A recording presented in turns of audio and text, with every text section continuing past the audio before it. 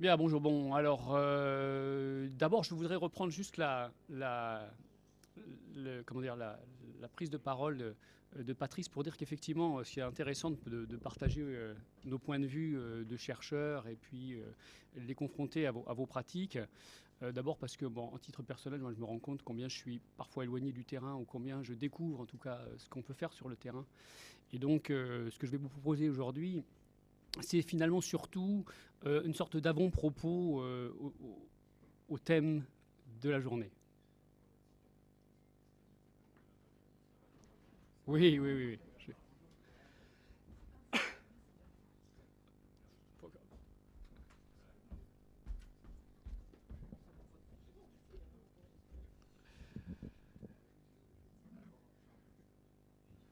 Voilà, donc je prenais une petite précaution orale et puis c'est pas pour me dédouaner en quoi que ce soit de ce que je vais dire. Au contraire, j'assume complètement le parti pris de ce que je vais vous proposer. Tout simplement, quand même, je veux juste vous dire qu'effectivement, ce sont des éléments que je vais amener et puis au fur et à mesure, bien, la discussion, je pense, pourra permettre soit de les éclairer, soit de les confronter à vos points de vue, évidemment. Alors, ce que je vais proposer ici, c'est une réflexion sur les télévisions associatives au prisme du local. C'est-à-dire que j'entends que, évidemment, les télévisions associatives sont essentiellement locales, enfin, tout du moins, elles placent leur action dans le local. Mais aujourd'hui, les télévisions locales sont multiples et du coup, l'association ou le principe de l'association, la démarche associative est diluée dans un certain nombre de types de télévisions. Et donc, je vais commencer par vous proposer cette typologie en essayant finalement de vous montrer finalement où se trouvent au plus les associations, ce qu'elles peuvent faire, aussi comment elles sont limitées par rapport à une sorte de référentiel qui s'est mis en place sur la télévision locale ou autour de la télévision locale. Hier, on avait une discussion à propos de ce qu'il faudrait faire pour revitaliser le tissu social, enfin le tissu social, le tissu associatif des télévisions et les télévisions associatives en particulier. Et je pense que eh bien, ce que je vais vous proposer là pourra permettre de voir à quel point finalement nous sommes peut-être dans une impasse d'un certain point de vue, ou du point de vue par exemple de la TNT, mais qu'au-delà de cette impasse, il y a sans doute beaucoup de terrain à conquérir, et en particulier sur le rapprochement ou le développement, le rapprochement entre les médias et le développement d'un nouveau type de médias qui serait d'essence télévisuelle, mais qui ne serait pas que de la télévision et de la télévision associative. J'entends par là que ça serait associatif, mais que ce ne serait pas seulement de la télévision, mais un média autre que la pure télévision qui, pour moi, reste finalement très largement dépendant des moyens de diffusion et du principe de programmation. Que ce principe de programmation soit électif ou repose en tout cas sur un principe de politique publique ou que de public local, j'entends, ou qu'il soit tout simplement régi par des lois économiques et en particulier, évidemment, la publicité qui reste un vecteur clé finalement de la définition d'un modèle économique. Donc, modèle économique, effectivement, de la télévision locale, mais peut-être que ces modèles économiques qui sont en train de se dégager, qui politiquement ont été mis en place depuis un certain nombre d'années, ne sont pas obligatoirement ceux qui devront être adoptés dans le futur par la télévision associative locale. Et dans ce sens-là, peut-être que ça ouvre effectivement sur autre chose et sur une définition avec les différents types de politique locale, politique de l'État, donc globale. Je vais y revenir sur cette définition-là, et que c'est peut-être à ce niveau-là qu'il va falloir essayer effectivement de pousser et de définir une nouvelle forme de télévision associative locale. Voilà. Donc ça, c'est pour montrer à quel point finalement on est confronté à un tissu de télévision locale qui est complexe et hétérogène, et que ça renvoie aussi à des enjeux qui sont complètement différents les uns des autres, et que du coup, évidemment, la télévision associative a réussi à sauvegarder une certaine position, mais que cette position, elle doit être amenée à la faire évoluer. Donc c'est l'idée d'une nature un peu variée au sein de configurations qui sont technologiques, qui sont sociales, qui sont économiques, qui sont politiques, qui sont très très différentes, et qui entraînent une sorte de participation protéiforme des associations à ces projets multiples. Voilà, donc grosso modo, pour résumer mon projet aujourd'hui de vous présenter, ce que je veux vous présenter, c'est de dire quel type d'association parlons-nous déjà, et pour quel type de télévision, pour quel projet. Voilà. Alors de ce fait, je vais repartir d'une typologie assez classique qui est proposée par le CSA dans de nombreux rapports, dont par exemple quelle perspective de développement pour les télévisions locales. et qui donc renvoie aux décrochages locaux des chaînes nationales, aux canaux locaux du câble, aux télévisions locales privées hertziennes, avec entre autres les télévisions de ville, les télévisions de pays, les télévisions d'identité régionale, les télévisions d'outre-mer. Alors juste une présentation rapide de tout cet ensemble, mais au-delà de cet ensemble-là et de leur spécificité à chacune de ces formes de télévision, ce qui est important, c'est aussi de prendre en considération le travail de lobbying qui existe, et c'est-à-dire les représentations, enfin les institutions représentatives de ces différentes télévisions et quels sont leurs projets.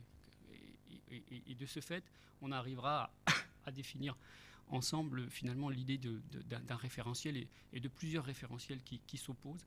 Et évidemment, à partir de ce moment où on est conscient d'un référentiel propre aux télévisions associatives locales et l'existence d'autres types de référentiels à côté, on peut aussi mieux se positionner sur l'échiquier politique en général et peut-être avoir un projet plus ambitieux.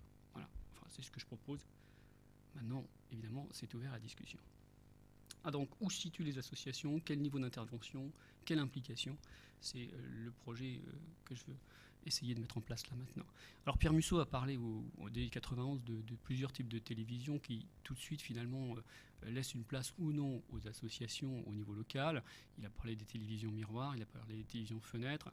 Grosso modo, donc les télévisions fenêtres, c'est celles qui partent du global, de l'État essentiellement, et qui définissent donc, qui se définissent soit de manière nationale, soit de manière interrégionale, une prise de parole qui est de l'État sur le local.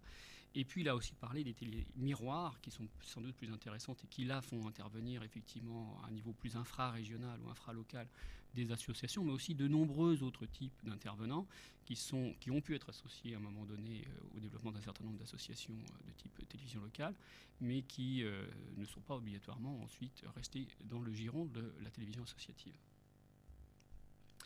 Donc évidemment, il y a une citoyenneté ici qui n'est pas la même, qui n'est pas mise. Enfin, il y a deux différents modèles, si vous voulez.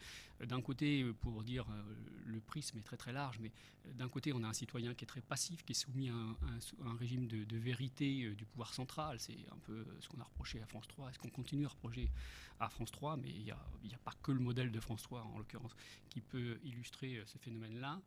Et de l'autre, on a plutôt un phénomène de citoyenneté qui est censé être plus actif à travers une prise de parole, mais on se rend compte en discutant entre nous que finalement la prise de parole, elle peut relever du participatif, elle peut relever du collaboratif, et puis qu'il y a participatif et collaboratif et des multiples manières de collaborer et de créer, et que donc on n'est même pas obligatoirement tous d'accord sur ce que c'est qu'une télévision associative participative, et bien évidemment là aussi il y a peut-être aussi un travail en profondeur à faire sur ce qu'on est capable de produire et ce qu'on est capable de faire.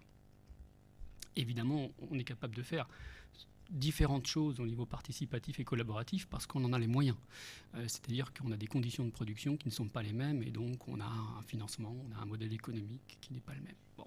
Donc il faut être conscient de ça et c'est la raison pour laquelle je vous propose juste de refaire rapidement un premier balayage qui va nous permettre finalement d'écarter certains modèles et nous poser la question ensuite des influences au niveau de la télévision associative, en tout cas celle qu'elle a subie. Donc bon, je parle des télévisions de fenêtres, fenêtres, donc celles qui parlent du global. Bon, évidemment, là-dedans, on a les décrochages locaux, les chaînes nationales. On a France 3, évidemment, des 73, qui fait donc des décrochages locaux dès ses débuts. C'est une télévision qui, de toute façon, est pensée de manière régionale. C'est un héritage. Alors, on a un héritage par rapport à France 3, un découpage territorial qui est extrêmement prégnant et difficile aujourd'hui, en particulier pour définir, ou en tout cas donner une ère aux télévisions de pays, par exemple. Donc on a un découpage qui est territorial, qui est administratif, mais qui est aussi technologique par rapport aux émetteurs et aux réémetteurs. On se rend bien compte que toutes les télévisions de pays, par exemple, ont des difficultés à se définir parce qu'elles seraient, dans l'idéal, obligées d'émettre sur plusieurs émetteurs ou réémetteurs pour pouvoir exister. Donc, évidemment, c'est un héritage qui est un héritage lourd, mais qui existe et dans lequel les associations, et pour cause, puisqu'elles ont été développées dans le monopole de services publics, n'existaient pas. Vous n'avez pas droit à, en tout cas, émettre. Elles n'étaient pas autorisées à émettre. Elles étaient juste, à ce moment-là encore, dans la contestation de la vidéo militante.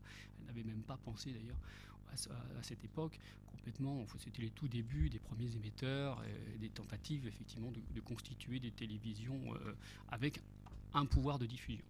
Bon, ensuite, on a eu évidemment à partir de 1989 M6, qui a refait un peu le modèle de France 3 tout en amenant de nouvelles perspectives, ce qui n'était pas non plus négligeable, mais qui aujourd'hui sont toutes sur le net ou quasiment, hein, puisque ça a été, la plupart des sites ont fermé et on les retrouve depuis 2008 sur le net. Bon, avec des gros, par contre, décrochages, hein, 35%, ce qui montre bien que l'information locale et infralocale avait des possibilités d'exister. Mais évidemment, elle renvoie aussi un modèle qui est la télévision de ville. Hein, cette télévision de ville dont on sait qu'aujourd'hui elle est le modèle qui est sans doute le plus prôné par un ensemble d'acteurs, on va dire. Bon, je reviendrai sur cette idée-là. Donc tout ça pour dire que les décrochages locaux, des chaînes nationales évidemment, ont très très peu de lien avec le mouvement associatif et que c'est pas véritablement le but d'une intervention qui est mise là en avant. Alors, je passe très vite aussi sur les télévisions d'identité régionale. Il n'y en a qu'une seule, c'est Télé Bryce. Bon, je pense qu'il y a peu de gens qui se reconnaissent dans cette télévision-là. Ça n'a rien vraiment à voir avec les télévisions associatives. Quand on regarde d'ailleurs les programmes qui sont proposés, ce sont des séries américaines, ce sont rien. Donc, une télévision généraliste, voilà, une petite télévision généraliste sans grand intérêt, mais avec évidemment 40 salariés, 12 millions d'euros, un montage international. On a retrouvé Murdoch et tant d'autres. Bon, donc, finalement, tout à l'heure on parlait de territoire, d'identité historique. Évidemment, ce sont des chaînes qui fonctionnent sur la racine, sur le fait d'appartenir à, mais d'être écarté d'une région et de ne pas. Donc c'est pas des télévisions d'intervention, c'est juste des télévisions identitaires au sens fort du terme, mais qui ne renvoient finalement à pas grand-chose d'associatif, et en tout cas pas à l'associatif tel qu'on le définira tout à l'heure. Enfin, je le définirai et on le définira ensemble. Je passe vite sur les situations des télévisions locales d'outre-mer aussi, qui sont des télévisions qui sont assez spécifiques, puisque ce sont des agrégations de Canal+, de TF1, donc de chaînes publiques, de chaînes privées, et aussi quelques télévisions locales quand même, qui sont présentes. Mais bon, je vais les englober, donc télévisions associatives, pardon, mais je les ai englobées tout à l'heure dans une réflexion un peu plus large. Donc voilà pour les télévisions fenêtres, j'ai passé vite, c'était pas obligatoirement ce qui nous intéressait. Par contre, notre intérêt peut être renouvelé à partir des télévisions miroirs, c'est-à-dire celles effectivement qui partent du bas ou qui essayent de partir du bas, sachant qu'effectivement les acteurs du bas sont nombreux. Ce sont les collectivités locales, vous les connaissez bien, ce sont les associations, bien sûr, elles sont beaucoup plus présentes, et puis ce sont éventuellement aussi d'autres forces, puisque on peut avoir des financements aussi qui peuvent être nationaux, qui peuvent venir de groupes qui ont pris des participations dans de la PQR, etc. Et on va voir que l'histoire de télévision locale est marquée par une prise du national à travers des acteurs locaux. Donc, je vais essayer de revenir là-dessus. Donc je vais évoquer les télévisions locales privées hertziennes essentiellement, mais je vais aussi ensuite parler du câble après, qui est la première version véritablement historique de la télévision locale, en tout cas par un moyen technologique. Ce qui a été donc, moi dans mes premières recherches, c'est de montrer que en tout cas les télévisions locales telles qu'elles se sont développées, et en particulier le mouvement associatif tel qu'il s'est revendiqué au niveau local, a toujours été à la fois trahi et en même temps a toujours eu un mouvement d'épanouissement au moment où des nouvelles technologies se sont avérées disponibles pour le local, en particulier le câble et la TNT. C'est là les deux grands moments forts finalement où l'associatif monte au créneau en disant il y a des choses à faire, on va pouvoir trouver une certaine légitimité face à ce qui quand même est l'obsession des télévisions associatives depuis un certain temps, en tout cas de certaines, c'est-à-dire quand même le fait d'être comme des grandes télévisions, c'est-à-dire avoir une diffusion qui est une diffusion digne de ce nom à travers un outil de diffusion qui lui donne une légitimité. Voilà. C'est quand même, bon, je reviendrai là-dessus, mais c'est vraiment le fond de commerce finalement aussi qui fait qu'on a du mal à dépasser peut-être la représentation de la télévision associative au-delà de ce problème de diffusion, qui est un problème fort, qui est un problème réel, mais qui peut-être doit être reconsidéré au bout du compte, parce que tant de portes sont fermées finalement sur ces modèles de diffusion, et les modèles économiques qui s'inspirent de modèles de diffusion à coût élevé, tout du moins. Bon, je vais revenir un peu là-dessus. Donc, Je commencerai tout de suite par les télévisions de pays, parce que en fait, les télévisions de ville m'intéressent pour montrer précisément qu'elles sont une sorte d'objectif actuel, et en tout cas de beaucoup de nos dirigeants.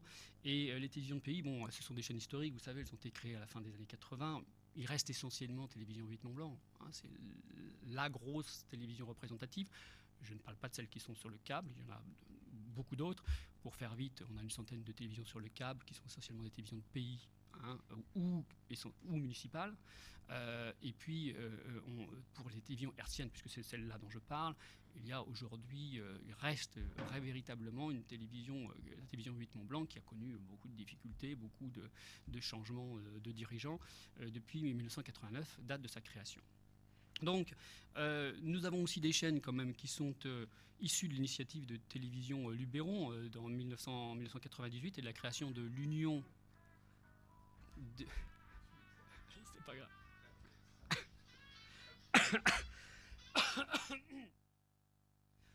Donc l'Union des télévisions de service public et qui regroupe...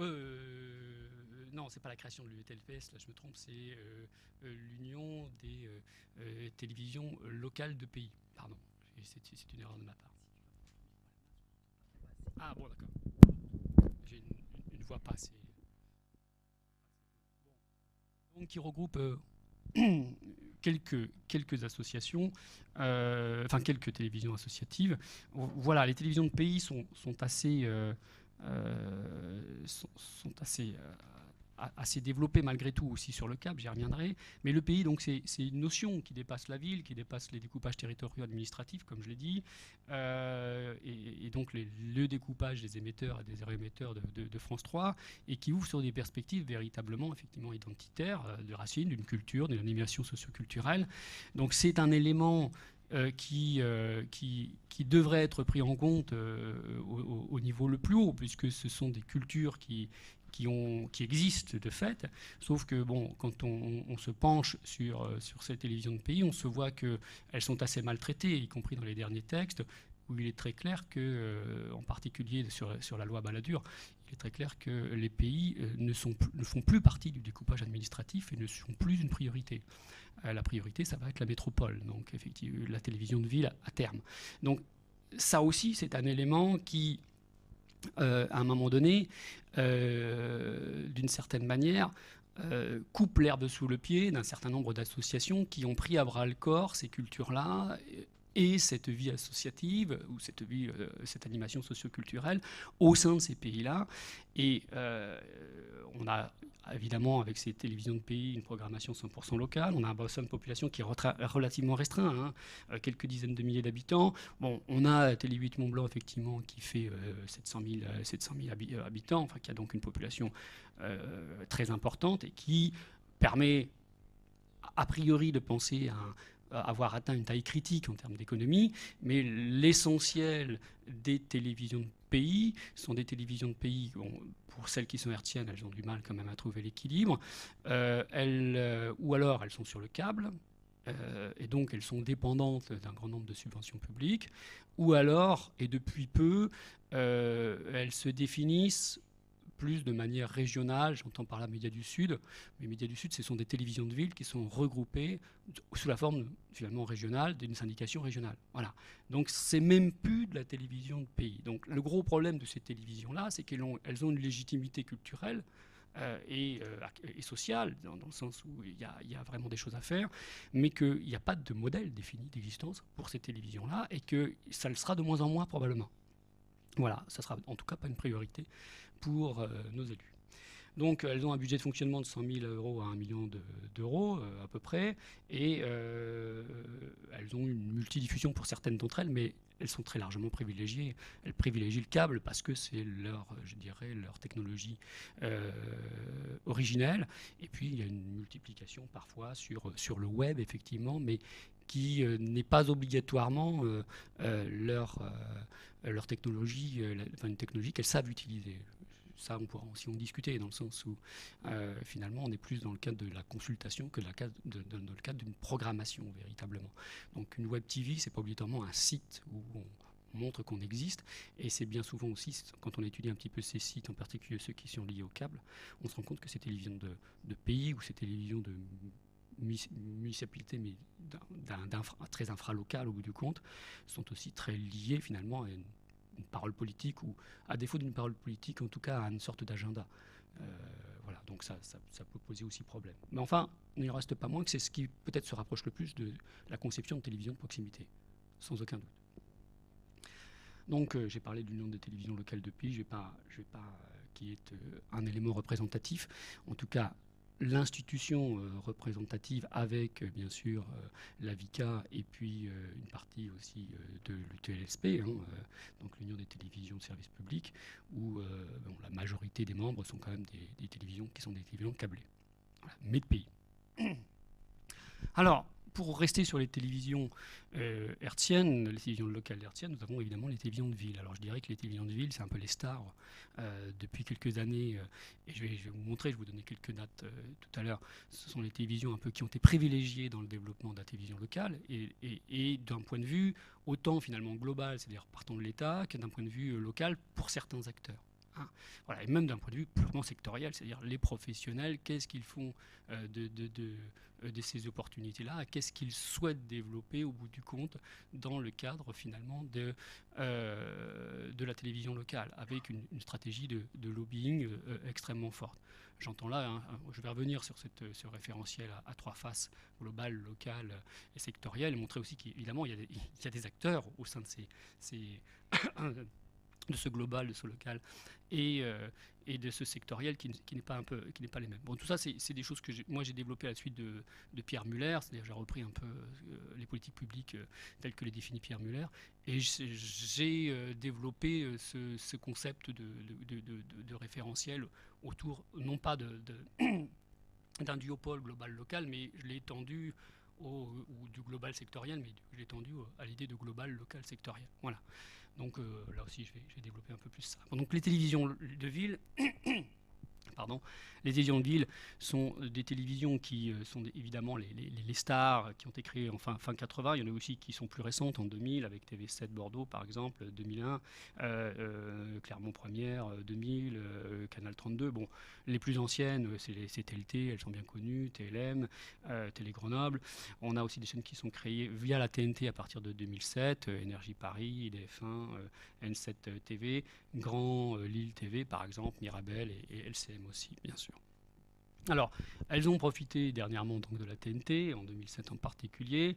Elles ont un modèle de diffusion qui est intéressant parce qu'il est multi-réseau. C'est-à-dire qu'en fonction de l'origine historique de ces chaînes-là, par exemple les Grenoble sur le câble, au fur et à mesure, elles ont passé des étapes. C'est-à-dire qu'elles sont passées finalement d'un bassin de diffusion relativement étroit à une technologie du type analogique avec des autorisations temporaires, puis des autorisations sur le long terme.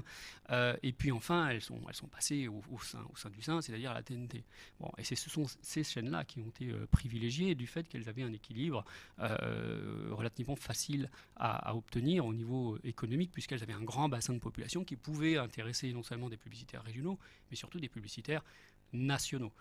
Et à partir de ce moment-là, bien sûr, elles se sont mises à créer des régies communes, tant pour les grandes stations de ville, par exemple avec les local TV, et qui se sont regroupées avec TLSP pour créer assez récemment, finalement, puisque ça date de 2007 si je ne me trompe, elles ont créé le syndicat des télévisions locales, et à travers ça, la SAS des télévisions locales associées, et surtout le GIE télévision locale associée, publicité. Tous ces éléments-là, tous ces membres-là, la SAS qui gère en particulier le multiplex R1 pour l'ensemble de ces télévisions, l'ensemble des télévisions sur la TNT, tous ces acteurs-là sont des acteurs qui ont été, à un moment donné, autour des tables rondes, tout dernièrement en 2010-2011.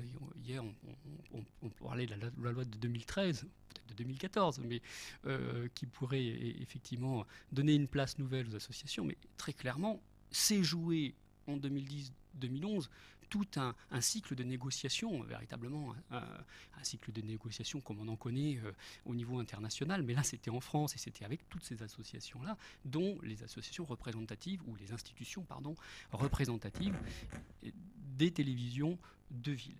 Donc on a un statut très ancien de ces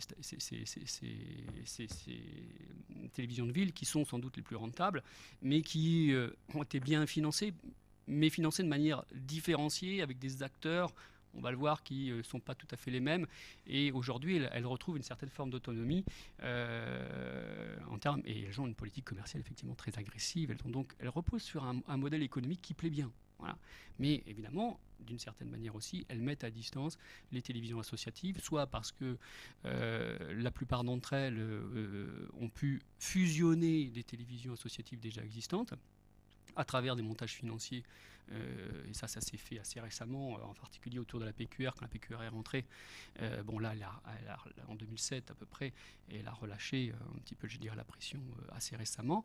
Et donc, mais il y a eu un certain nombre de montages qui ont pu se faire, et il y a un certain nombre de télévisions associatives qui sont passées au statut de télévision de ville, d'une certaine manière, en particulier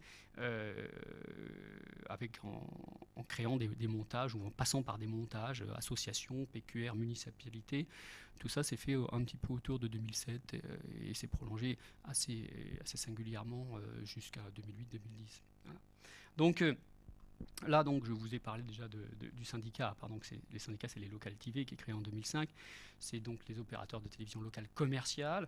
On a des télévisions ça doit intéresser normalement des télévisions juridiquement constituées en société commerciale de droit privé, couvrant un bassin de plus de 100 000 habitants. Mais en fait, généralement, c'est entre 100 000 et 1 million d'habitants qui sont considérés. Et là, on voit là tout de suite aussi que se fait une sorte de hiérarchie et de discrimination à travers les télévisions de ville, pour finalement, on va voir aussi les privilégier à travers la loi, je le montrerai. Donc évidemment, d'une certaine manière aussi, les associations-là se retrouvent prises en sandwich entre la loi, leur volonté de faire des choses sur le terrain, et évidemment leur projet, la compatibilité de leur projet avec une télévision de ce type-là.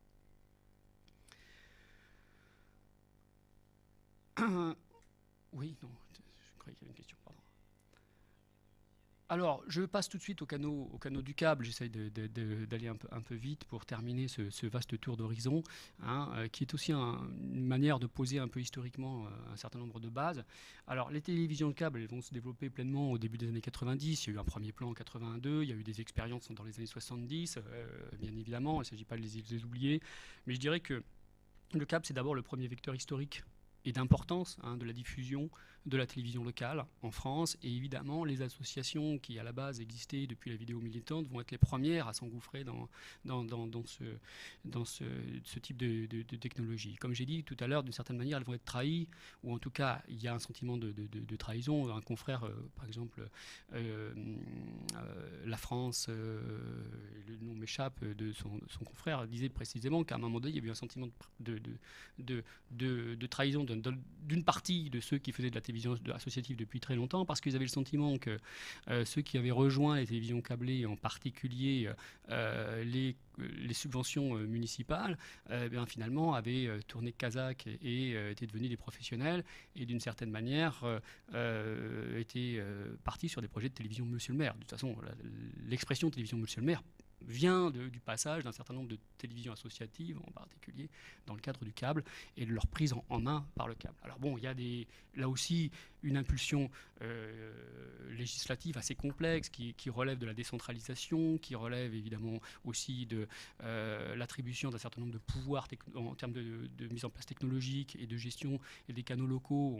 On va le revoir, en particulier 1982 est une date cruciale de ce point de vue-là.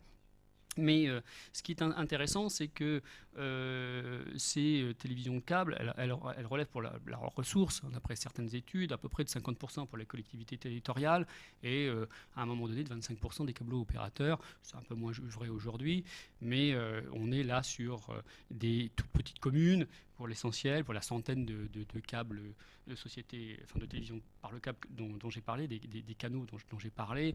En gros, 62% ont moins de 30 000 habitants, 22 au moins de 5 000 habitants, 20% un tout petit peu plus de 100 000 habitants, quoi. Donc on est sur évidemment des bassins relativement faibles au niveau du câble, mais on a des prises et on essaye d'alimenter un canal local et donc une information locale. Donc on a un phénomène très hétérogène aussi avec des services, c'est ce qu'on appelle, alors là je reprends un certain nombre d'études, des catégories de canaux, des services à petit format, avec des budgets qui vont de 500 € à 150 000 € par an, avec une production de moins d'1 heure par semaine. Et puis ensuite on a des canaux de proximité qui renvoient un petit peu à la définition aussi finalement des télévisions de pays que j'évoquais pour les télévisions hertziennes locales, qui sont dotées de budgets de 150 000 à 600 000 € et là qui produisent 1 à 2 heures véritablement de production fraîche par semaine. Et puis, on retrouve bien sûr des télévisions de ville qui, depuis, sont passées aussi sur la TNT et qui disposent de budgets beaucoup plus importants, qui font de 160 000 € à 1,5 million pour les plus grandes. Évidemment, ça n'a rien à voir avec les 3 ou 5 millions des télévisions hertziennes comme TLT, TLM, etc. Mais enfin, ce sont des télévisions qui rentrent dans le jeu en tout cas de la négociation et du lobbying des télévisions de ville, ce qui explique pourquoi à un moment donné, finalement, TeleSP, qui vient de l'AVICA, donc qui vient donc vraiment du phénomène du câble, va se retrouver avec un certain nombre de revendications communes, mais assez récemment finalement, hein, depuis à peu près 5-6 ans, va se retrouver avec un certain nombre de revendications communes avec les local TV qui représentent les télévisions hertziennes des grandes agglomérations, et en particulier qui vont s'associer pour avoir une régie publicitaire commune, hein, donc des éléments qui constituent véritablement des représentations de la télévision et des modèles économiques qui vont dans le sens d'un référentiel partagé.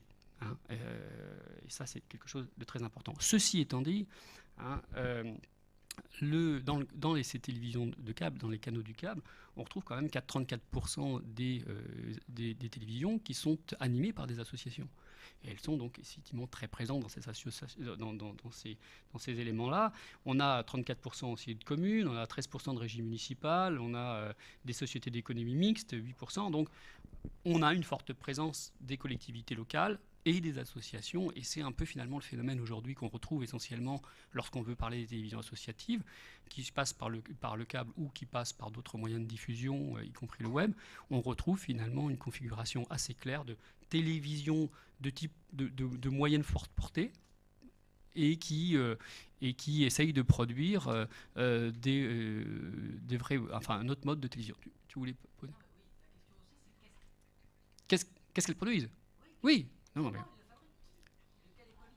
Absolument, on est bien d'accord. Non, mais ça va venir, ça va venir. C'est des éléments effectivement qui sont extrêmement prégnants. Alors en termes de représentation et donc de construction d'un référentiel autour du câble, évidemment on a l'AVICA en 86, qui est l'association des villes et des collectivités pour les communications électroniques et audiovisuelles, qui veulent un petit peu reprendre la main après la loi de 86 par rapport aux collectivités locales, d'une certaine manière. En 96, on a un groupe de travail qui va créer l'UTLC, l'Union des télévisions locales du câble, et en 2001, ça va se transformer en TLSP, donc en Union des télévisions locales de services publics.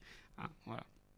Donc c'est un groupe de pression, hein, très clairement, avec une demande sur la baisse de la TVA, avec le fait de faire passer des contrats d'objectifs et de moyens vis-à-vis du CSA, la suppression de la taxe publicité, l'élargissement des possibilités de montage juridique, en particulier des sociétés mixtes, ce qui va entraîner évidemment là aussi un problème je dirais de statut dans le statut, c'est-à-dire les associations, que font-elles alors qu'elles sont déjà dépendantes des subventions des collectivités publiques, si on fait rentrer aussi des acteurs qui viennent du monde privé, des choses de ce genre.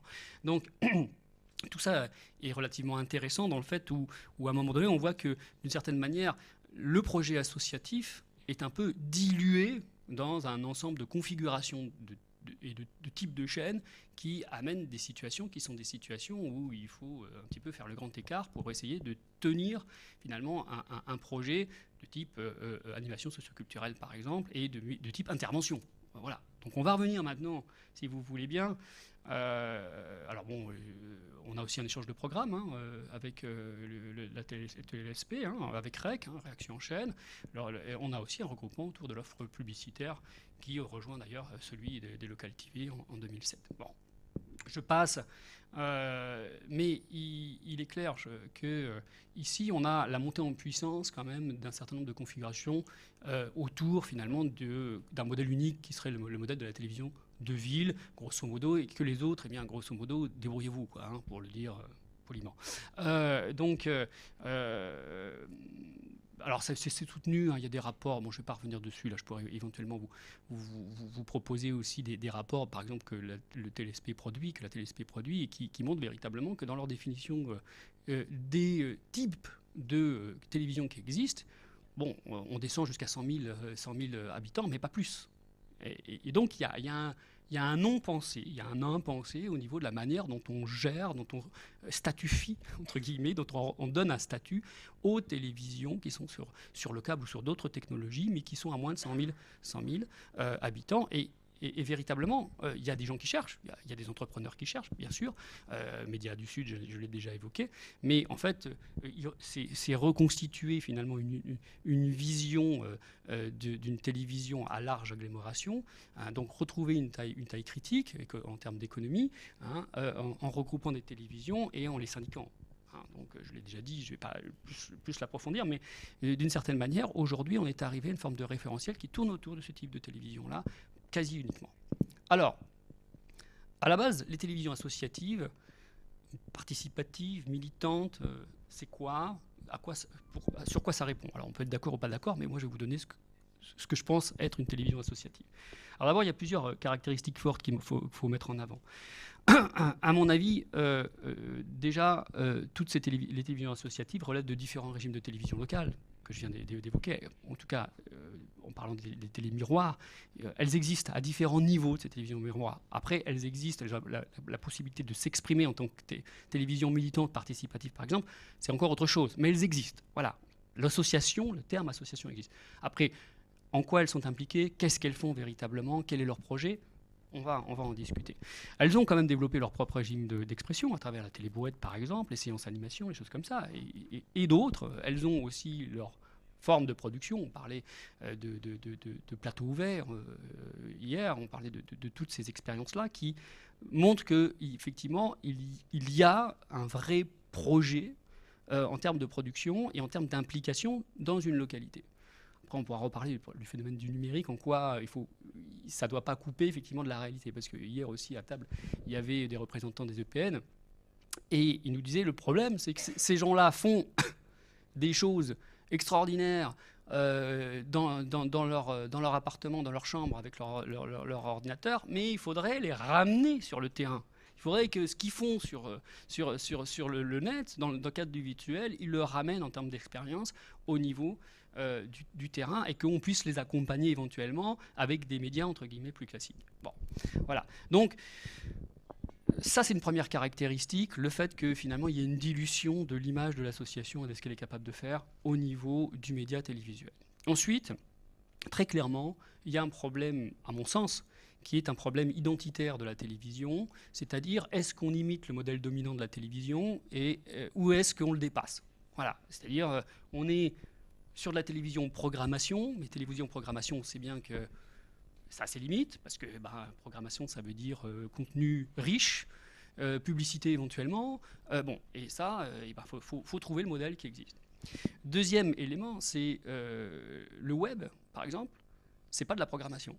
Je suis désolé, mais moi je ne le considère pas comme un média. C'est-à-dire, ça peut faire partie du média, ça peut enrichir le média, mais ce n'est pas un média pour moi, dans le sens où je fais une grosse différence entre, dans mes recherches sur les télévisions plus classiques, je veux dire, je fais une différence entre ce qui est de la programmation, dans le temps, dans l'espace, hein, et ce qui est de la consultation. Et la consultation, pour moi, ce n'est pas un média. On est déjà dans une banque de données, dans une base de données, etc. Alors, ça ne veut pas dire que ça ne peut pas constituer à terme quelque chose qui pourrait être de l'ordre du média, mais je crois que c'est plus quelque chose qui est associé aux médias que quelque chose qui est média. Voilà. Bon, alors, on peut en discuter, ça peut poser problème, mais quoi qu'il en soit, je reste très attaché à un modèle pour le coup, effectivement dominant de la télévision, qui est que le média télévision, c'est avant tout de la programmation. Voilà, c'est-à-dire qu'il y a des rendez-vous, en tout cas. Alors, par contre, les rendez-vous, effectivement, on peut les déstructurer. On peut aujourd'hui les déstructurer à travers un certain nombre de technologies, mais à condition que ça reste des rendez-vous. Voilà. Comment on fait? Bon, on peut voilà, je lance l'idée. Alors, évidemment, le gros problème des télévisions sociales, historiquement, c'était de quitter le ghetto de l'autorisation provisoire, et ça a été de trouver une technologie qui soit une technologie de diffusion efficace. Et c'est vrai que, grosso modo, à partir de 2005-2007, lorsqu'on a vu que les dés étaient un peu pipés au niveau de la TNT, ça a été soit de muter vers le net, en partie tout du moins, soit de mourir. Ça a été, moi en tout cas c'est la sensation que j'ai eue, et je sais qu'il y a quand même beaucoup de télévisions, et pas que seulement que Zaléa Télévision, mais il y a beaucoup de télévisions qui à cette époque-là, à partir de 2004, ont muté sur Internet en se disant bon bah on n'aura jamais d'autorisation sur la TNT, sur le câble on continue à exister, mais on ne sait pas combien de temps on va exister, donc on va un peu sur le net, on va essayer de voir ce que ça va devenir, et le risque ça a été finalement effectivement de se tourner un peu vers autre chose, peut-être.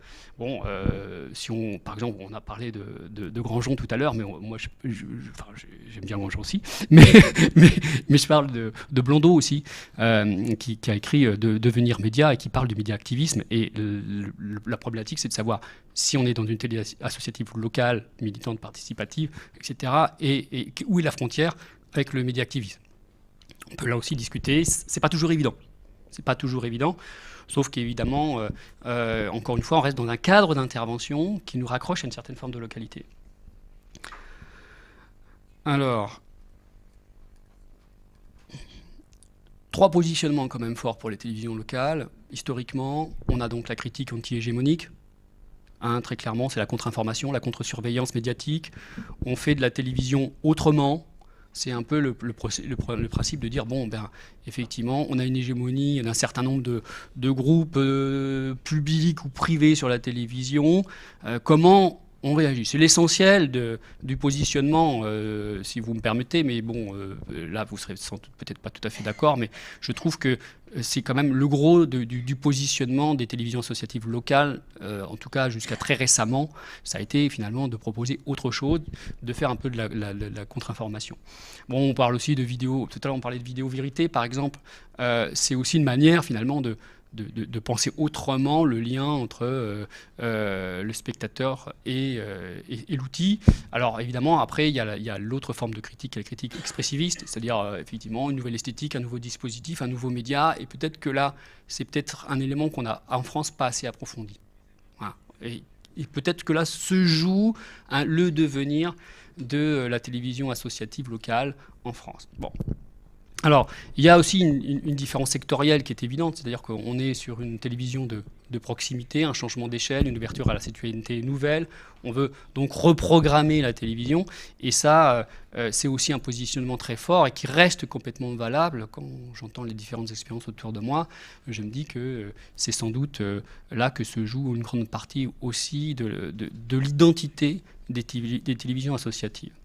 Alors, les projets socio-économiques de la télévision associative, ça a été évidemment l'alternative participative. Je crois qu'il faudra qu'on ait, au bout du compte, un débat quand même sur ce que c'est que la participation, parce que moi, en tant qu'observateur de grandes chaînes comme TF1, D8, etc., je vois bien que le principe de participation, c'est le principe de recommandation, c'est la participation à minima. Il y a un degré zéro de la participation, puis il y a un degré où on construit du sens, on produit surtout, et donc on avait une grosse discussion sur l'idée de participation, contribution, collaboration. Où est la frontière et qu'est-ce que c'est que participer réellement, quoi? Où est le projet associatif là, de participation? Dénomination large, mais qu'est-ce que ça sous-entend derrière? C'est pas seulement une mise à disposition des outils, c'est effectivement aller beaucoup plus loin, et c'est sans doute aussi offrir d'abord une réflexion. Donc c'est d'abord une conception d'une réflexion, un usage des outils, et puis ensuite une programmation et un accompagnement de cette programmation. Là, il y a un projet, et c'est peut-être là-dessus qu'à terme, les télévisions associatives aussi devront proposer un projet. C'est-à-dire mais alors, projet à valoriser, c'est-à-dire que Une autre problématique qui me semble fondamentale, auquel se confrontent les télévisions associatives aujourd'hui, c'est qu'elles ne sont pas valorisables. J'entends. C'est-à-dire que l'animation socioculturelle n'est pas valorisable et n'est pas valorisée. C'est-à-dire que pour 1 euro dépensé par une collectivité locale ou dépensé par l'État, on n'a pas, mais on vous le retrouve dans plein de domaines, dans le cinéma, dans la télévision associative, dans le théâtre, etc. Il n'y a pas de qu'est-ce que ça fait à la société réellement. D'accord ? Et donc ça n'a pas de lisibilité dans une société qui est technocratique, tout simplement, qui se pose la question de je veux bien te donner un peu d'argent, mais il faut que ça rapporte. Et puis tu es sur un territoire, je te l'ai valorisé, je t'ai mis de la publicité en 2004, locale, donc tu l'utilises et tu en vis. Voilà, tu utilises, je t'ai donné un moyen technique, donc tu en vis. Mais ce que toi tu peux faire à la société, le fait que tu la stabilises, le fait que tu interviennes pour négocier des éléments de la société de stabilité à travers des actions d'animation sociale, comment ça se valorise dans le discours politique. Voilà. Et j'étais intervenu aux rencontres de Tarbes de la VNPQ à l'époque, en 2000, et j'avais dit 2 choses. D'abord qu'on allait vers la professionnalisation. Je pense qu'effectivement, malheureusement, merci, les faits m'ont donné raison. Et j'avais dit aussi, le problème des télévisions associatives, c'est qu'elles n'ont pas forgé leur identité. Elles n'ont pas encore complètement forgé leur identité. Et peut-être que maintenant, elles sont susceptibles de le faire. Voilà. Parce que aussi, on sortait de la CPML, on sortait d'un certain nombre d'éléments où on regroupait des militants politiques, des activistes sociaux, des performeurs artistiques, des entrepreneurs. Aujourd'hui, tout le monde a trouvé plus ou moins sa place où les activistes sociaux sont plus partis sur le médiactivisme, les performeurs artistiques sont toujours présents. On parlait effectivement de la présence de l'art contemporain et de l'art visuel, etc., au sein des télévisions, qu'il faudrait sans doute les réinjecter au niveau le plus local pour faire remonter d'une certaine manière. Mais on voit bien qu'il y a une coupure nette entre, d'un côté, des télévisions très, très institutionnelles et ce que demande la société. Et alors, il y a une vraie chance. Ceci étant dit, il y a une vraie chance aujourd'hui, c'est que si le discours est construit, me semble-t-il, de manière compréhensible pour nos interlocuteurs, et donc de manière non pas technocratique, mais en valorisant ce que font les télévisions associatives à la nation, tout simplement, et au local en particulier, il y a des chances de les convaincre, parce qu'aujourd'hui, l'État, non seulement se déresponsabilise et se désengage financièrement, mais dans un mouvement qui n'a jamais été aussi puissant, ça on peut le voir sur les festivals, sur plein de choses que j'étudie, ou dont je connais certaines personnes qui ont une étude très approfondie là-dessus, et il me semble aussi que ça peut être valable pour les télévisions associatives. Jamais les associations ont été aussi utiles, importantes et incontournables pour l'État, parce qu'elles s'appuient, à terme l'État et les collectivités locales vont devoir s'appuyer sur ces associations, parce qu'elles ne savent pas faire, et que là, elles ont une vraie force de travail qu'elles commencent à reconnaître, ou qu'elles reconnaissent très très bien dans certains cas d'exemples qu'on a pu voir ensemble déjà. Et l'idée, c'est qu'il faut refaire monter le discours de « ça marche, aidez-nous à exister ». Aidez-nous à exister par rapport à un projet de société qui n'est pas un projet purement économique. Voilà, un projet purement industriel même, puisque les télévisions de ville sont industrielles. Qu'elles restent industrielles, mais à côté de ça, il peut aussi avoir une existence à côté. Et donc, l'idée d'alternatives participatives, d'accès public de tiers secteur, évidemment, ce sont les 3 grands projets socio-économiques qui ont été proposés depuis toujours dans le secteur associatif et qui accompagnent un peu les différentes critiques que j'ai évoquées tout à l'heure. Et il s'agit de les reformuler, de les réactualiser par rapport au contexte actuel. Voilà. Donc ça serait une proposition aussi, d'une certaine manière, qui ne vient pas que de moi, mais qui vient des discussions qu'on a pu avoir, en particulier hier, bien sûr. Donc, bon, il y a la FNPPQ qui est là en tant qu'institution représentative et qui est très, très, très forte au niveau des télévisions locales associatives. Mais je pense que ça doit concerner toutes les télévisions qui ont ces projets-là. Et à terme, il faudrait ne pas louper ce qui a été en quelque sorte loupé lors de la CPML. C'est-à-dire qu'à un moment donné, la CPML, parce qu'elle avait des dissensions, en particulier sur les types de projets qu'elle voulait soutenir, elle n'a pas pu pousser plus le bouchon, en dehors évidemment du changement de majorité, en dehors finalement de cette fausse victoire, d'une certaine manière, qui a été l'autorisation, de demander une autorisation d'émettre. Je dis fausse victoire, pourquoi ? Parce qu'au bout du compte, l'essentiel, c'était pas d'avoir cette autorisation-là, c'était d'avoir les moyens d'exister. Et les moyens d'exister, ça passait par le fameux fonds, qui était une actualisation ou une augmentation du FSCRE, donc du fonds de soutien à l'expression radiophonique. Et l'idée, évidemment, c'était de prendre quelque chose qui marchait et de l'activer.